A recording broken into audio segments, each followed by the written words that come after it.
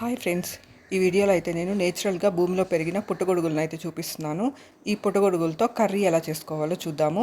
పుట్టగొడుగులు భూమి లోపల నుంచి వస్తాయి కాబట్టి మనం వీటిని పెరిగినప్పుడు వీటికైతే చాలా మట్టి అంటుకుని ఉంటుంది. కనీసం ఒక 3 సార్లు అయినా కడగాల్సి ఉంటుంది. ఒక్కసారి కడిగారంటే మట్టి అయితే అలానే ఉంటుంది.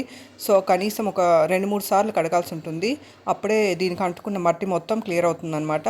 బాగా కడిగేశాక ఒక ప్లేట్లోకి అయితే కట్ చేసి పెట్టుకోవాలి. ఆ తర్వాత ఒక 2 టమోటోలను కట్ చేసి పెట్టుకోవాలి. ఈ కర్రీకి అయితే అల్లం వేయరు, వెల్లుల్లి వేస్తారనమాట. వెల్లుల్లిని బాగా దంచి రెడీగా పెట్టుకోవాలి. ఆ తర్వాత ఒక పెద్ద ఉల్లిపాయను కూడా సన్నగా కట్ చేసి రెడీగా పెట్టుకోవాలి.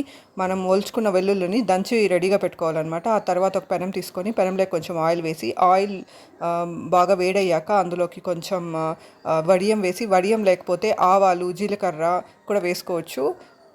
ఆ తర్వాత మనం ఆల్రెడీ కట్ చేసి పెట్టుకున్న ఉల్లిపాయ ముక్కలను వేసుకొని బాగా ఫ్రై చేసుకోవాలి. ఆ తర్వాత కొంచెం పసుపు వేసుకోవాలి. ఆ తర్వాత మనం ఆల్రెడీ కట్ చేసి పెట్టుకున్న టమోటో ముక్కలను వేసుకొని బాగా ఫ్రై చేసుకోవాలి. టమోటో ముక్కలు మగ్గాక మనం కట్ చేసి పెట్టుకున్న మష్రూమ్స్ ముక్కలను అయితే వేసుకొని బాగా ఫ్రై చేసుకోవాలి.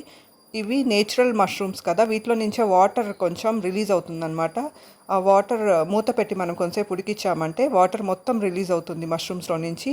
ఆ తర్వాత మనం తగినంత ఉప్పు, కారం, ధనియాల పొడి వేసుకొని కొంచెం సేపు అందులో నుంచి పచ్చివాసన పోయేంత వరకు బాగా ఫ్రై చేసుకోవాలి. ఆ తర్వాత ఇక్కడ చూసారు కదా, మూత పెట్టి ఉడికించామంటే అందులో నుంచి పుట్టగొడుగుల్లో నుంచి వాటర్ మొత్తం రిలీజ్ అవుతుందన్నమాట. వాటర్ రిలీజ్ అయిపోయాక పుట్టగొడుగుల్ని కొంచెం సేపు అలానే ఫ్రై చేసుకోవాలి. ఆ తర్వాత తగినంత ఉప్పు, కారం, ధనియాల పొడిని వేసేసాక అందులోకి కొంచెం వాటర్ని అయితే ఎక్స్ట్రా వాటర్ యాడ్ చేసుకోవాలన్నమాట. ఎక్స్ట్రా వాటర్ యాడ్ చేసేసి అలానే కొంచెం సేపు మూత పెట్టి ఉడికించామంటే మష్రూమ్స్ అయితే ఉడికిపోతాయి. మష్రూమ్స్ ఉడికేంత వరకు ఉడికించుకుంటే సరిపోతుందన్నమాట. ఇక్కడ చూసారు కదా, ధనియాల పొడి, కారం, ఉప్పు వేసేసాము. తగినంత వాటర్ని అయితే యాడ్ చేసేసి మూత పెట్టి మష్రూమ్స్ మెత్తబడే వరకు అంటే ఉడికేంత వరకు ఉడికించుకుంటే సరిపోతుంది. ఆ తర్వాత కొత్తిమీరని సన్నగా కట్ చేసుకొని వేసేసుకున్నామంటే చాలా టేస్టీగా ఉండే మష్రూమ్ కర్రీ రెడీ అయిపోతుంది అనమాట. ఈ కర్రీ రైస్లోకి చాలా బాగుంటుంది, పరోటాతో కూడా బాగుంటుంది, ఇంకా వెజిటేబుల్ రైస్లోకి కూడా బాగుంటుంది అనమాట. రైస్లోకి ఉత్త రైస్తో తిన్నా చాలా బాగుంటుంది. ఈ మష్రూమ్స్ అయితే దొరకడం చాలా కష్టం, రేర్గా ఎప్పుడో వర్షం పడినప్పుడు దొరుకుతుంది అనమాట. అది కూడా ఏ ప్లేస్లో ఎగ్జాక్ట్గా వస్తాయనేది కూడా ఎవరికి తెలియదు అనమాట.